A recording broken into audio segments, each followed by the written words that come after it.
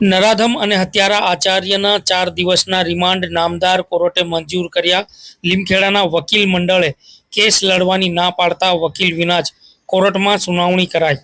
દાહોદ જિલ્લાના સિંગવડ તાલુકાની તોરણી પ્રાથમિક શાળામાં બાળકી સાથે દુષ્કર્મનો પ્રયાસ કરી હત્યા કરનાર આરોપી આચાર્ય ગોવિંદ નટને પોલીસે લીમખેડાની એડિશનલ ડિસ્ટ્રિક્ટ એન્ડ સેશન્સ કોર્ટમાં રજૂ કર્યો હતો.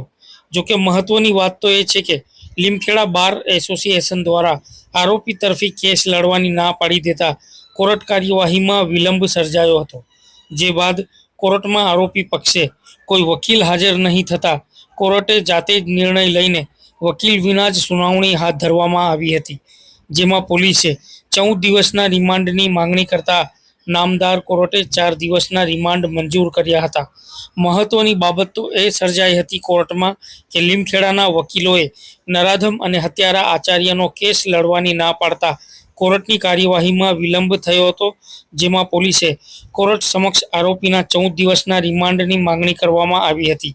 જેમાં કોર્ટે 4 દિવસના એટલે કે 27 સપ્ટેમ્બર સુધીના રિમાન્ડ મંજૂર કર્યા હતા.